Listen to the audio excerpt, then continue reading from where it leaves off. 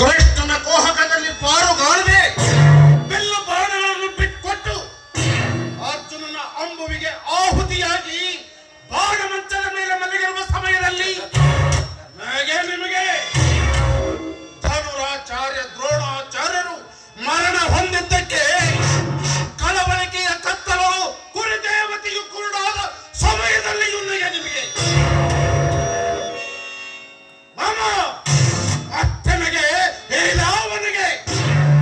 ನನ್ನ ಅಂಚಿಕೆಗಳೆಲ್ಲ ಬಂಜೆಯಾದುದಕ್ಕೆ ನಿರಾಶೆಯಲ್ಲಿ ನಗುವನಂದುದಕ್ಕೆ ದುರ್ಲಭವಾದ ವೀರ ರತ್ನಗಳಿಂದ ರಂಜಿತವಾದ ಧೃತರಾಷ್ಟ್ರನ ಸಿಂಹಾಸನಕ್ಕೆ ಸೋಲಿಲ್ಲವೇ ಸೂಳೆಯ ಹೊಟ್ಟೆಯ ಕೊನ್ನಿಗಳಿಗೆ ದ್ರೌಪದಿಯ ದಂಡೆಯ ದಾರ ಆದಷ್ಟು ಗಟ್ಟಿಮುಟ್ಟಾಗಿರುವುದು. ಪಾಂಡವರನ್ನು ಹಡೆದ ಕುಂತ ಮಾತೃಯರು ಅಧರ್ಮೀಯರು ಅವರ ಪಟ್ಟದರಸಿಯಂತೆ ಆ ದ್ರೌಪದಿ ಅವಳಂತೂ ಪ್ರತಿ ಸೂಳೆ ಇತ್ತ ಗೌರವರ ತಾಯಿಯಾದ ಗಾಂಧಾರಿ ಕರೆದಿದೆ. ಅವರ ಪಾವಿತ್ರದೊಡಲಿನ ಪುತ್ರರಿಗೆ ಪರಾಜಯವೇ. ಸಾವಿತ್ರಿ ಸದ್ಭಕ್ತಳಾದ ಭಾನುಮತಿಯ ಮುತ್ತೈದೆತನಗದ ಮೂಗುತಿಗೆ ಭಂಗೆ.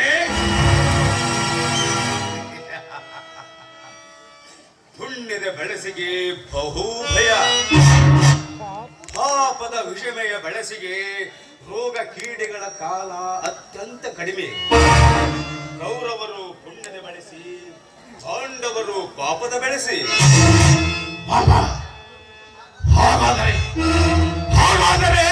ಅದಾವ ರೋಗ ಅಂಟಿಕೊಂಡಿದೆ ಈ ಪುಣ್ಯದ ಬೆಳೆಸಿಗೆ? ಏನು ಹೇಳಲಿ ದುರ್ಯೋಧನ? ನಾರಿಯ ಅಂತರಂಗವ ತಿಳಿದುಕೊಳ್ಳುವ ತಿಳುವಳಿಕೆ ಬೆಳಗಲಿಲ್ಲದಿಂದ ಬುದ್ಧಿಗೆ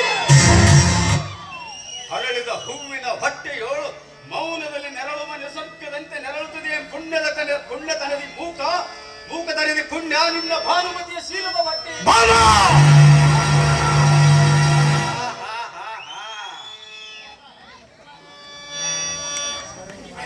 ಎಂದು ನಿನ್ನಂ ತೆಗೆದಿದ್ದ ಆ ಗಂಧರ್ವನ ಕೋಡಗದ ಕಟ್ಟಿನ ಕಟ್ಟನ್ನು ಅಂದು ಬಿಚ್ಚುವುದಾಗಲಿಲ್ಲ ನಿನ್ನ ಹೆಂಡತಿಯ ಕೈಯಿಂದ. ಕೌರವೇಶ,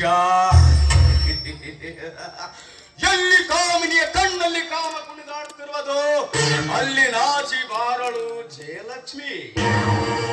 ಎಲ್ಲಿ ಸ್ವೈರತನ ಸುಳಿದಿರುವುದು ಅಲ್ಲಿ ದೊರಕದೆ ನನಗೆ ಜಯಶ್ರೀಯ ದೊರೆತನ. ಕೇದಿಗೆಯ ಹೊರೆಯೊಳಗೆ ಹುದುಗುವುದೇ ಬಿಡಿ ನಾಗರ. ಮುಂದೇನು ಇನ್ನು ನನ್ನ ಸಾಹಸಕ್ಕೆ ಕಣ್ಣಾಗುವುದು. ಕೌರವೇಶ,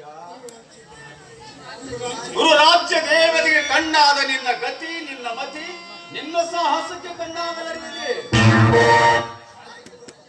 ಸಾಗಿ ಬರುವ ಜಯಲಕ್ಷ್ಮಿಗೆ ಕಾಲ್ ತೊಡೆದು ಬಡಿದ ಕಸದ ಬಳ್ಳಿ ಹೊಚ್ಚಿ ಹೋಗದೆ ಚಲದಂತ ಮಲ್ಲನ ಚಲದ ಸೆಳವಿನಲ್ಲಿ ಹೆಚ್ಚು ಮಾತಿನಲ್ಲಿ ಬಿಚ್ಚಿ ಹೇಳಿದೆ ಈವರೆಗೂ ಕರಡಿನಲ್ಲಿ ಹುದುಗಿಕೊಂಡ ವಿಷಯವನ್ನೆಲ್ಲ.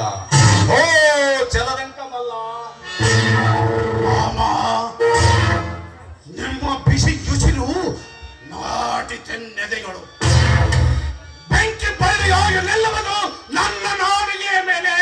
ಕಾಣುತ್ತಲೇ ಭಾನುಮತಿಯ ಶಬ್ದಗಳಿಂದ ಬೆಂಕಿಡಿಗಳಿವೆ ತೂರುವೆನು ಅವಳ ನೆತ್ತಿಯ ಮೇಲೆ. ಈಗ ಅವಳ ಆರಾಧ್ಯ ದೇವ ಅಶ್ವತ್ಥಾಮ. ಏನು ಅಶ್ವತ್ಥಾಮ? ಗೌರವೇಶ, ನಡು ರಾತ್ರಿಗೆ ಸರಿಯಾಗಿ ಭಾನುಮತಿಯ ಅಂತಃಪುರದಲ್ಲಿ ಕಾಲಿಟ್ಟರೆ ನಿನಗಲ್ಲಿ ಹಳೆದು ಕಾಣುವುದು ಬೇರಿನ್ನಾವ ಸಾಕ್ಷಿಯೂ ಬೇಡ.